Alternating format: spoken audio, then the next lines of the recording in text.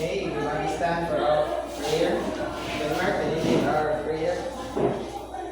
Okay, so Father, Son, and Holy Spirit. Our Father, Lord in heaven, hallowed be your name. Kingdom come, your will be done on earth as it is in heaven. Give us this day our daily bread and forgive us our sins, as we forgive those who sin against us. And forgive us the debts we owe us, and Amen. good afternoon, class. Good afternoon, sir. Again, good afternoon, class. Good afternoon, sir.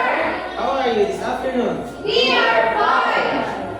Alright, our teacher is happy that you are feeling alright this afternoon. And who are absent this afternoon, class? None, sir. Okay, very good. If there's none, you may now take your seat and pick up those pieces of papers found under your chairs. And sit properly. So now, class, since I am your teacher this afternoon, I have here our classroom rules that you need to follow. Everybody please read. Listen carefully. Raise your right hand if you want to answer. Be participative. Alright. Is our classroom rules clear to you, class? Yes, sir. So now, I have here a behavioral chart. And what have you observed in our behavioral chart, class? Okay, Maribek. I observed a tree, a Christmas tree, and lollipops. Alright, there is a Christmas tree and a lollipops. So, the half of this Christmas tree will represent as the group 1. And the other half of this Christmas tree will represent as the group 2. So if I see that your group is following our classroom rules and behaving during our class, I will add some lollipops. But if I see that your group is behaving and not following our classroom rules, then I will detach some of your lollipops. Is that clear to you, class? Yes, sir. Alright. So now let's have an activity. And all you have to do is to describe what have you observed in the picture. So for the first picture, what have you observed, class? Okay, Joel. In the first picture, I observed the two persons near ran. Alright, the first picture shows that there are children that is playing. Alright, so then the next picture. Maribek. I saw a girl like Susan. Alright, there is a girl that is dancing. And for the next picture. Okay, Miriam. I saw the boys singing. Alright, there is a boy singing. Another. Angilay. I saw the boy is running. Very good. The boy is running. For the last one. Okay, Cheryl Ann. The boy is eating picture. Very good. The boy is eating. So, based on our activity class, what do you think is our topic this afternoon? Okay, Maribek? It's all about action, so words. Alright. Let's give 3 claps for Maribek.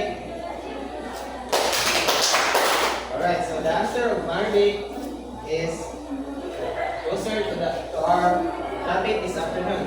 So our topic this afternoon is all about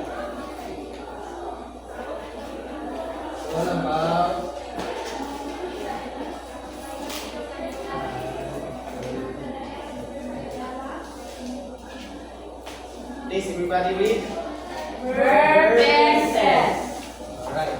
Our topic this afternoon is all about verb tenses. So, but before that, let us know first our objectives that we need to attain at the end of our lesson. So, everybody please read. At the end of the lesson, pupils are expected to Identify the concept of verb tenses. Past, present. Use verb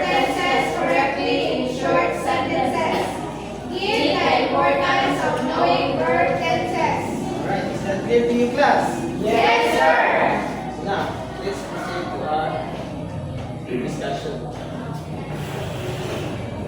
So, but first, let us know what is verb first. So, what is verb?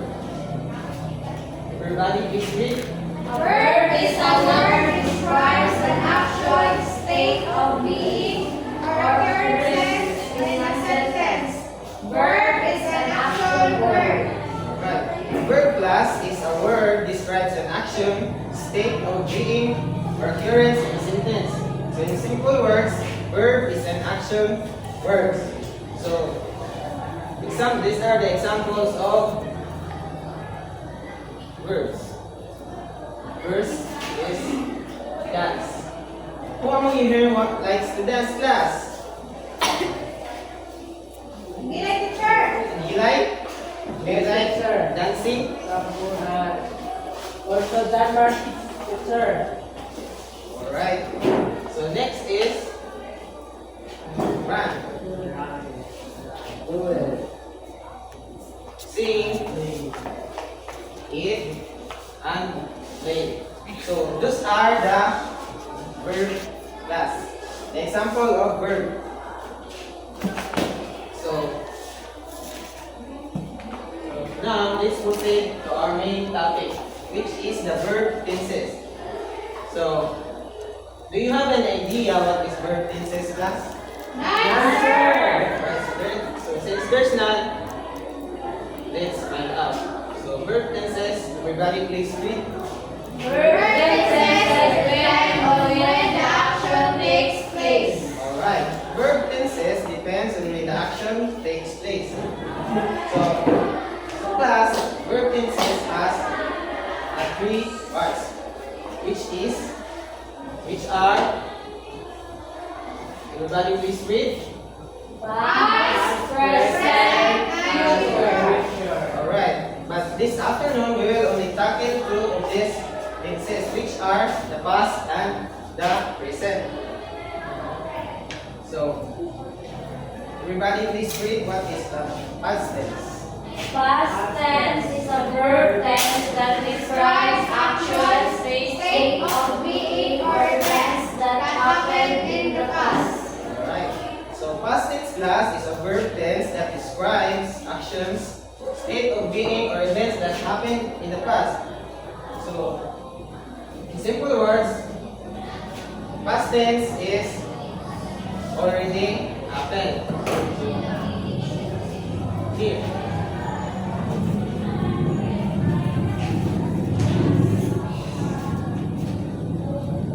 To show that an action word is already done and it is already happened, we have to add ed we have to add ed at the end of the word. So let's say for example, she, everybody please read. She walked to the park. Alright, so instead of the action verb walk, we add ed at the end of the word to show that the action is already being done. Again, we add ed at the end of the word to show that the action is already done. So another example, everybody please read. They danced to their favorite song. Alright, so instead of the word dance, we add ed at the end of the word dance to show that the action is already done. Very good. But remember class that not all the action verbs like to follow the rules when we talk in the past. So there are several verbs that at the end of the word we don't have to add ed. So for example, everybody read. He slept for 9 hours. Right? So he slept for 9 hours. So instead of adding ed at the end of the word sleep, we change the spelling of the sleep into slept, because this is what we call irregular verbs. But so that is what we call irregular verbs. So another example. Everybody read. The girl ate her dinner. Alright. The girl ate her dinner. So instead of adding ed at the end of the word eat, we change the spelling of the word eat into a. Did you understand, class? Yes, sir. Alright, so let's proceed. Everybody please read. What is present tense? Present tense is a grammatical tense used for verbs that describe an action happening right now. Alright. Present tense is a grammatical tense used for verbs that describe an action that is happening right now. So to show that a certain action is happening right now, is we need to add is or is at the end of the word. So, example, everybody read. First one. The Cat scratches the chair. Right. The cat scratches the chair. The second one. she writes in her journal. Right. She writes in her journal. My sister cooks dinner. My sister cooks dinner. So, as you can see that the verb word here is added with s to show that a certain action is happening right now. Alright. So, same as before that not all of the present tense can be added with is at the end of the word. So let's say for example here. Everybody read. They go for cruise. We dance together. Alright. So not all action verb is following the rule of present tense. So for example, if the subject is plural, we don't have to add s or as at the end of the word of the verb. Did you get it, class? Yes, sir. Very good. Now,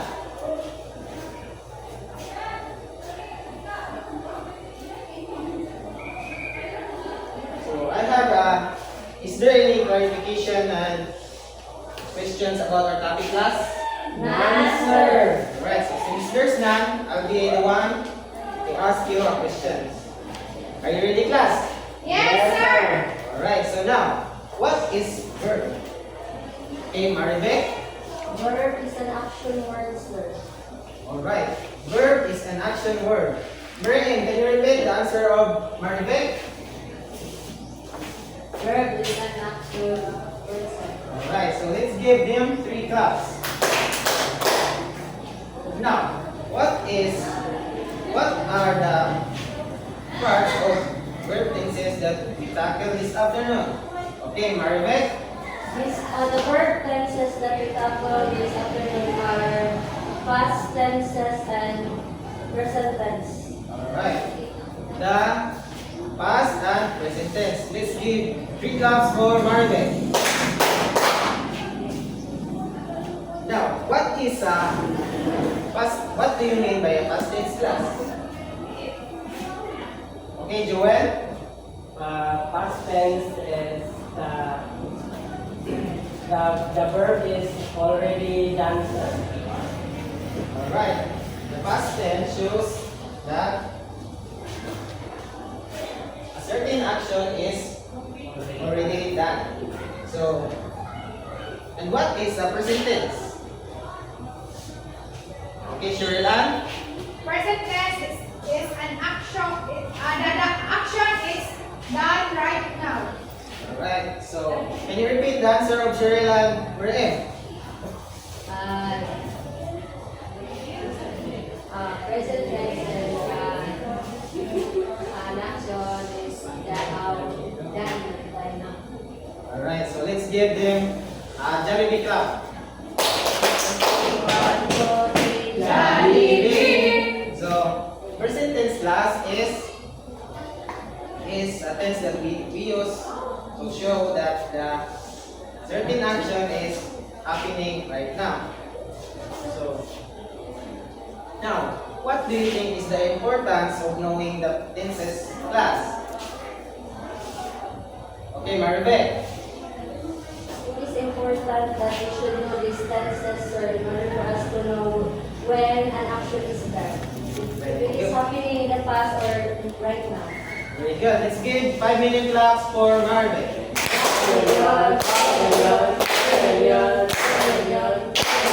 Congratulations! Another.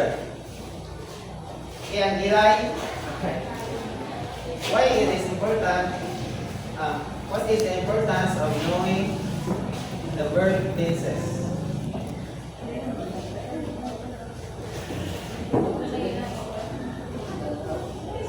Okay, stand up from Eli and say something.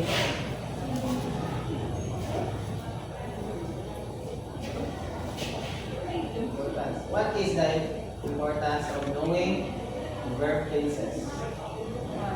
The importance of knowing the verb tenses in order to we know if that an action is past or present. Alright, very good. Let's give them 3-minute claps. Congratulations! Alright, so knowing the verb tenses class is important because in order for us to know and to understand that when should action take place and it is already done or it is still happening and it will be going to happen. So did you understand our discussion class? Yes, sir! Good. So now let's have an activity works.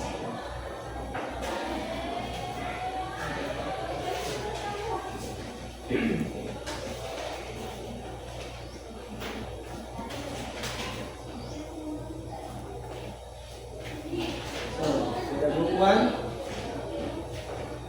this is for the group 2. So everybody please read group 1.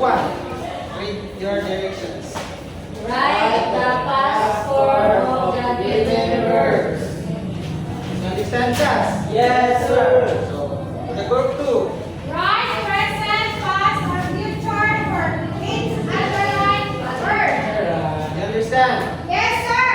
Alright, so before answering that activity, let us read first our rubric. So everybody read. Cooperation, 5 points. Correctness, 5 points. Promptness, 5 points. Total, 15 points. Alright, so you may start your activity now. I'll give you 5 minutes to do the work.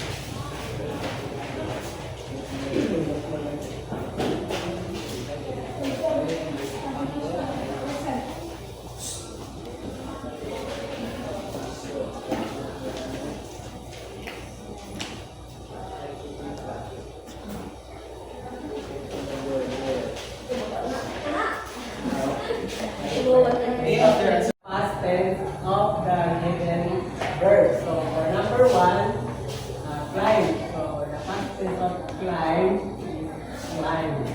So we add ed. Then for number 2, slept. So the past tense of sleep is slept. So for number 2, instead of you add ed, so we change that reading. So for number 3, teach.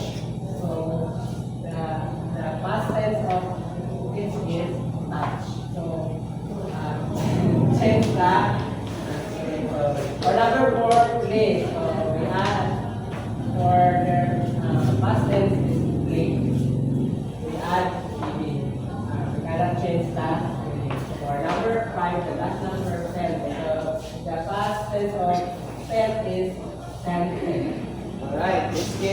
5-minute claps for the group 1. 1 million, 2 million, 3 million, 4 million, 5 million. Congratulations! Now, let's proceed to the group 2. Okay, the portrait of group 2. Graham teacher.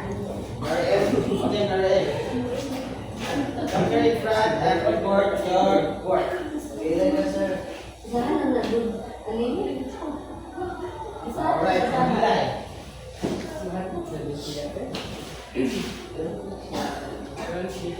Good afternoon, everyone. I am the representative for Group 2. So our task this afternoon is write present or past tense for each underlined verb. Number 1, my dog eats thunderstorm.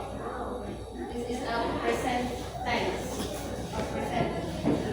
He hides under the bed during the storm. Present.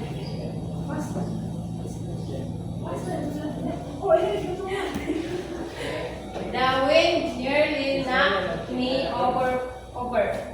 Knock is past. Then I raced to school. Then race is past. Last summer, a storm arrived one afternoon. Arrived fast. Alright, so please give 5-minute claps for the group 2. 1 million, 2 million, 3 million, 4 million, 5 million. Congratulations! Now, let's take your work class. So, the direction here for the group 1 is write the past form of the given verbs. So, what is how do you think, class,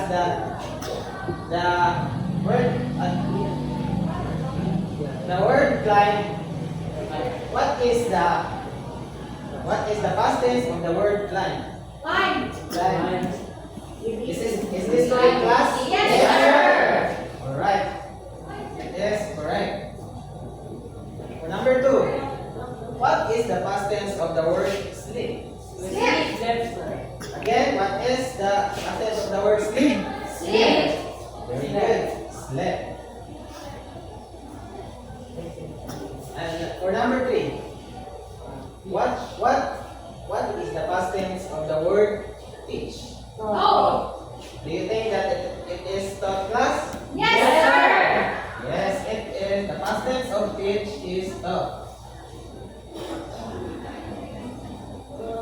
For number 4, what is the past tense of the word play? Play. Play. And for the last one, what is the past tense of the word paint? Painted. Alright, the past tense of the word paint is painted. So, let's add up. Let's count the number of points for the group 1 class. 1, 2, 3, 4, 5. Alright. Group 1 got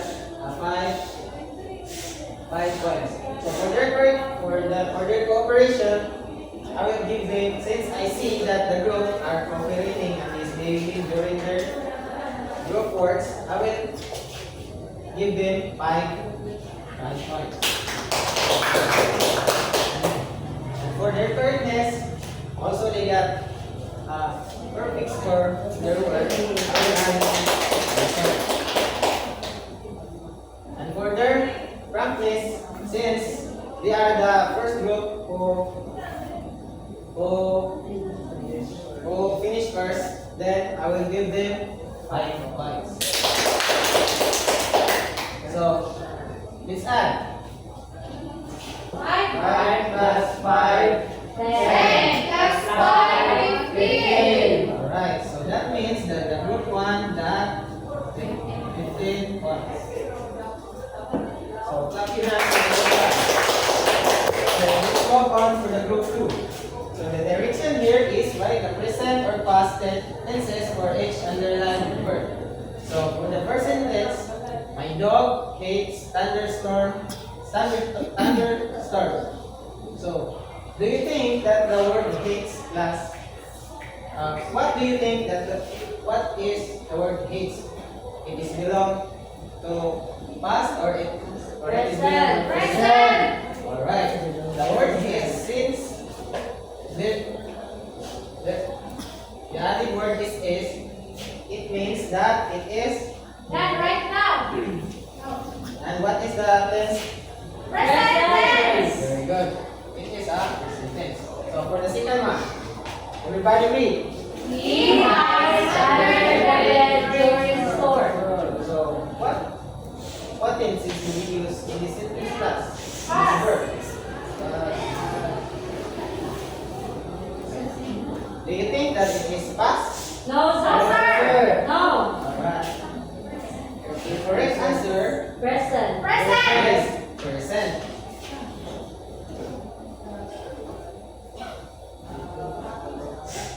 Class, and why it should be present? Because Because the word jumping. yes. It's happening right now. Right now. Alright. The added word in the verb is yes, and that means that it is happening right now. So let's proceed for the number 3. Everybody, please read. Now we nearly not meaning over. What tenses do we use in this verb? Past. Alright. Since the word not is added by ed, it means that It is past. Five. Done already. Already done. so for number 4, everybody read. I raised school. What tenses do we use in the underlined word? Past. Past. Good. Past. So for number 5, Last summer, a storm arrived one afternoon.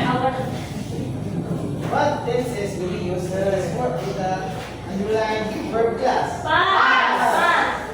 Again, what? And what is the tense that we use to describe the underlined word? Past tense. Past tense, because from the word arrive we add ed to show that That the action is already done. Already good. done. So check. So for the cooperation for the group 2 is, I can see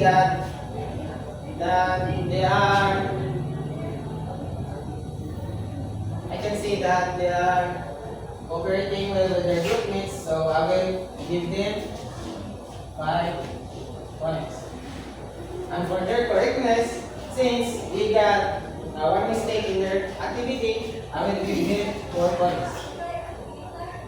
And for the promptness, even though that they are the second to finish their works, but the time is not over yet, then I will still give them 5 points. So you ready? It's at 5 plus 4, 9. Plus 5, 14. alright, so that means that the group 2 got 14 points. 14. 14 points. So let's give Jollibee class for the group 2.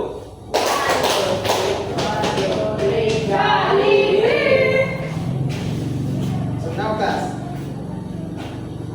So let's have a quiz.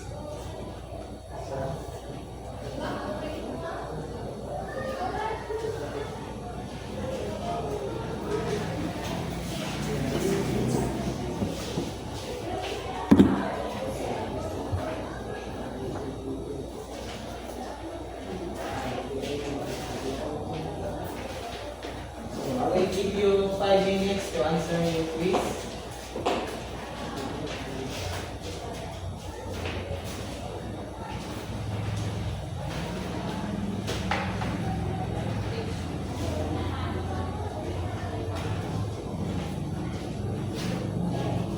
Are you done, class? Yes, sir. Okay. Answer it.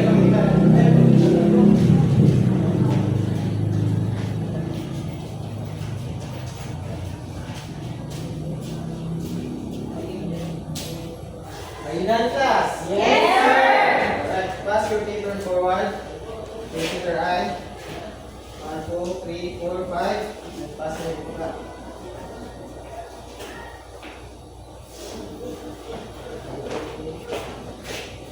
Goodbye, class. Goodbye.